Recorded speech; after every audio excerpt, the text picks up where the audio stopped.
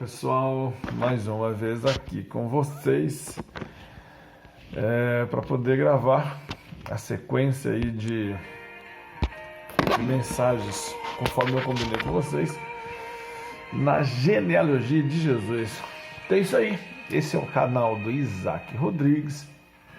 E aí, se você curtir a mensagem, se você gostar da mensagem, eu peço a você que dê o seu joinha, poxa, deixa aí o seu like, compartilhe esse vídeo para mais pessoas, se inscreva no nosso canal, já deixa ativado aí a campainha para você, o sininho para você receber, toda vez que a gente fizer um novo vídeo, você possa receber aí a notificação. E é isso aí, então estamos dentro de um propósito de gravação de algumas mensagens baseadas nas genealogias de Jesus. E hoje não é diferente, dando continuidade aí na proposta. Vamos lá, ainda em Mateus capítulo 1, tem uns versículos, entre os versículos 2 e os versículos 6, você vai ver a relação de nomes, como eu até expliquei no primeiro vídeo, a relação de nomes de personagens que compõem aí a tradicional família de Jesus Cristo. E aí você encontra alguns nomes nessa lista. E assim, é muito bacana você ir para a genealogia de Jesus, é que ela é diferentona. Ela é diferentona das demais, porque as demais genealogias, elas não, por exemplo, não mencionam o nome de mulheres. Isso já é um fator muito diferente na genealogia de Mateus. Tem um amigo meu que ele brinca, ele fala o seguinte: a genealogia é macho gerando macho. É Abraão que gera Isaac, Isaac que gera Jacó, e as mulheres, elas são deixadas de lado.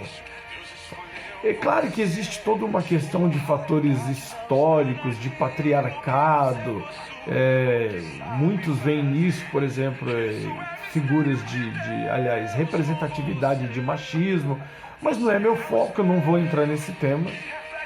Mas a verdade é o seguinte, é que a genealogia de Jesus, ela vem quebrando um paradigma das demais genealogias que vem citando o nome de mulheres. E é muito bacana, por exemplo, que ela cita o nome de Betseba, tem variações no nome dela. Essa mulher, ela teve uma participação interessante na vida do rei Davi. É aquela mulher que, enquanto o marido estava na guerra, ela se deita com o rei, tem um filho, a criança morre. E aí você tem um outro personagem sendo citado nessa mesma genealogia, que é Raabe. Raabe, ela é uma prostituta. E ela é a mulher que vai dar origem ao bisavô, se não me engano, é o bisavô do rei Davi. Ela está extremamente alinhada à linhagem do rei. E assim, deixando um pouco de lado essas duas personagens mulheres, dois vídeos ou um vídeo atrás eu vou falar, por exemplo, do outro lado, aliás, do aspecto não tão heróico dos personagens da Bíblia. Eu falei, por exemplo, de quem foi Jacó, de quem foi Abraão, de quem foi Isaac, as tramas que estavam em torno da vida dele. A questão é o seguinte, é que você tem relatos de pessoas na família de Jesus que são pessoas que trazem um histórico de vida um tanto, vamos lá, manchado.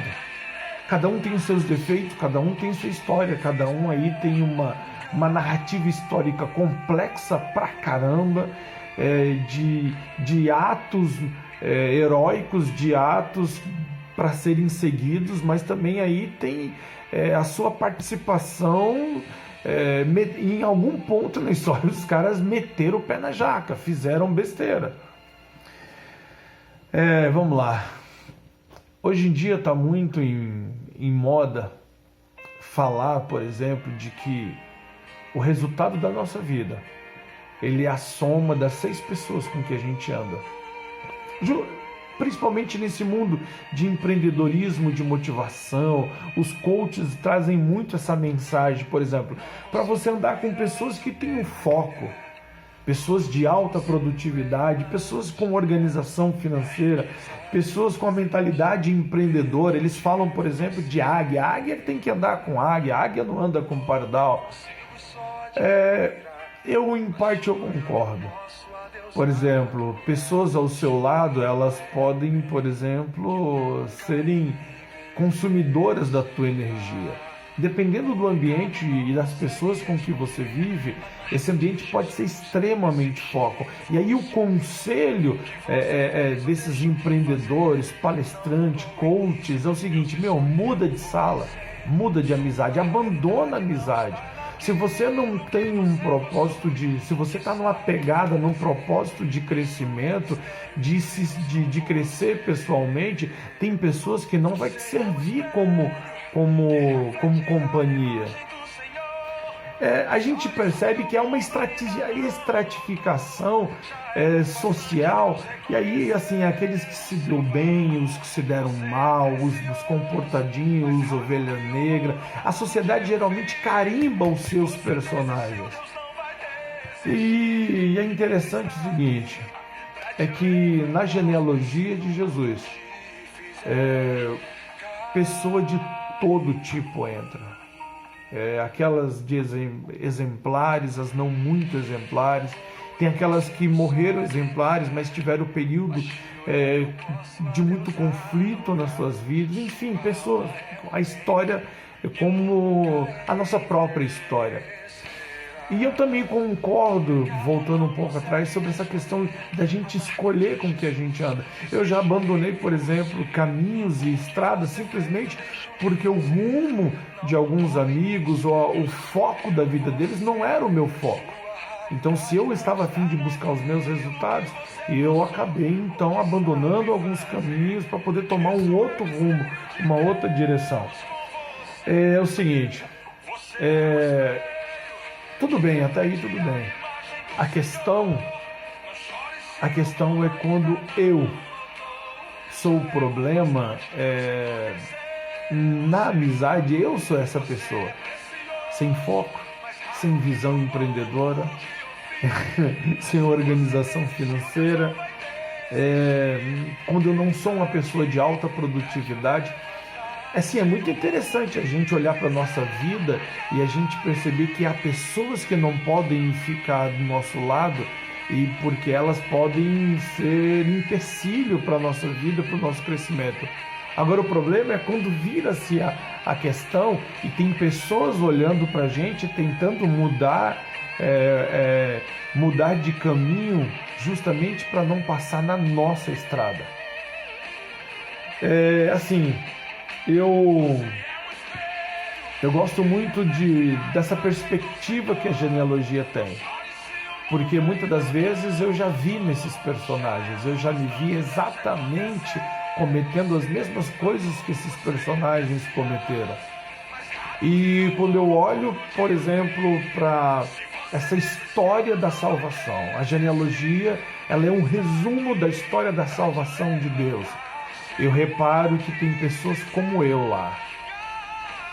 E assim, na boa, é bom que Raabe seja citado. É bom ver Batseba sendo citado. É muito bom ver Abraão sendo citado com toda a complexidade da pessoa que ele foi, da sua personalidade. É bom saber que Jacó foi lembrado e foi colocado junto à família de Jesus.